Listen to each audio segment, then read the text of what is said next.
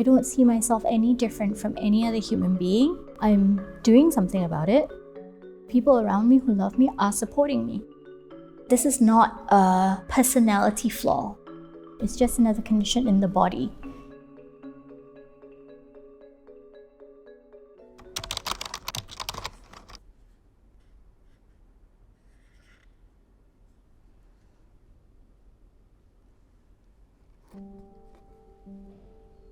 Hi, my name is Nadia and I was diagnosed with depression in 2016. I come from a family with a history of mental health condition, and my sister, who is 6 years older than me, was diagnosed with borderline personality disorder in the mid-90s. My earliest memory is being fearful of my sister because when she got upset, she would grab me, she would hit me. My parents protected me from most of it. They did everything they could to allow me to have a normal life.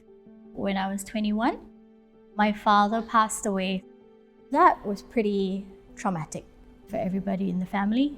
Because I was so close to him, something in my brain felt like I needed to pick up the pieces for him. Because I saw my mom grieving and I saw my sister grieving.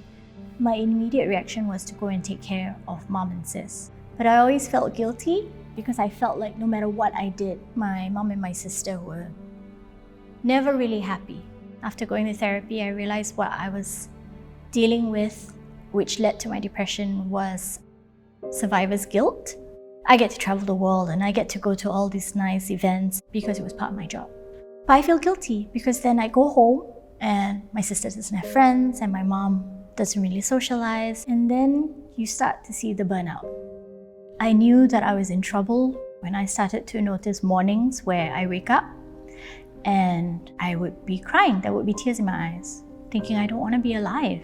And in 2019, when my mom suffered a stroke, 6 months after the stroke was when I hit a really, really low point, because I started to feel like I had lost my identity. When I started to spiral and eventually suicide ideation, I didn't immediately tell people around me.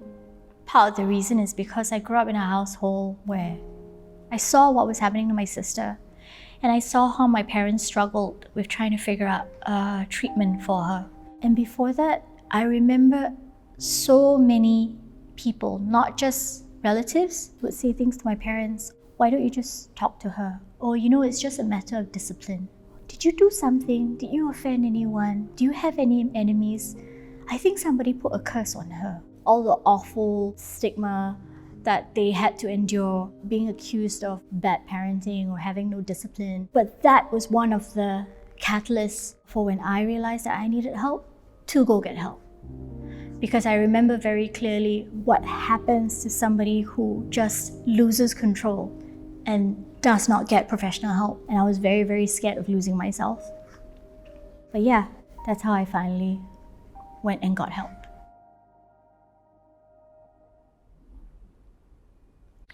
And so the first thing I did was I started texting my friends and I told them, I said, I think I have depression.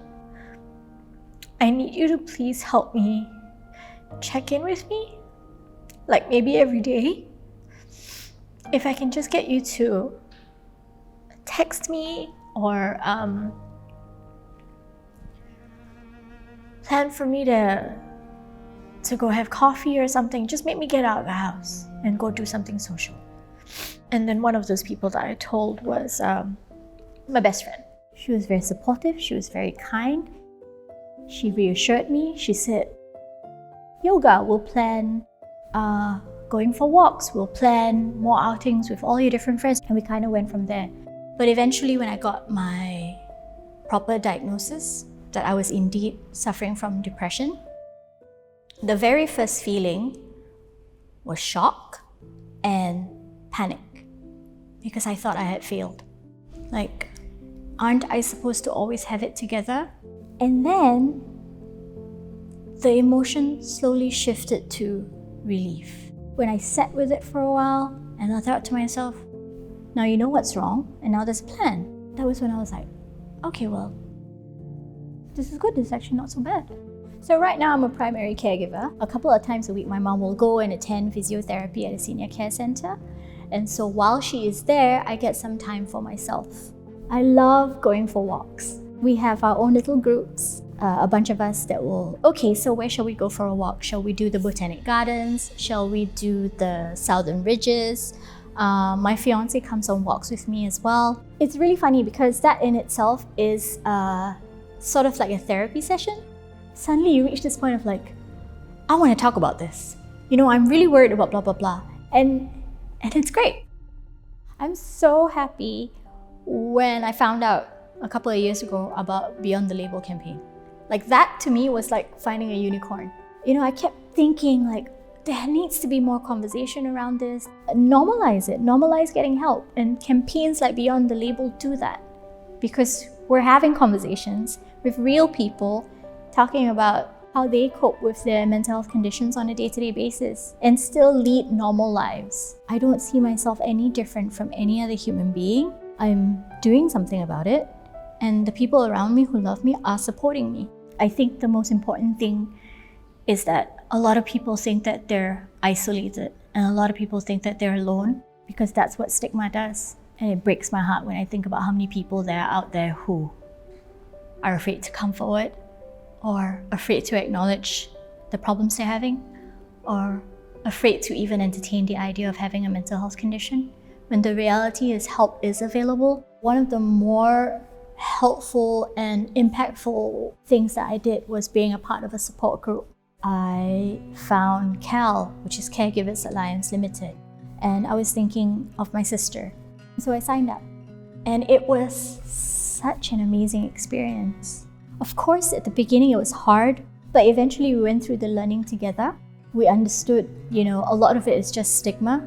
We understood that there are resources, we understood that there is help available, we understood that there are different types of treatment options. Some of the programs that I attended at CAL are funded by NCSS. They have helped me tremendously. I feel encouraged because we understand that this is not something that you need to go and fault someone for. Mental health condition is just another condition in the body, because you go to a cardiologist to make sure that your blood pressure or your cholesterol levels, if that is completely normal, why isn't the idea of checking in with a doctor for your mental health condition not normalized when it should be? I wish I would be able to go back in time and talk to my parents. Of course, they wouldn't listen to a 5-year-old, but if I could, the kindness that has been extended to me in my recovery journey, I wish they had that.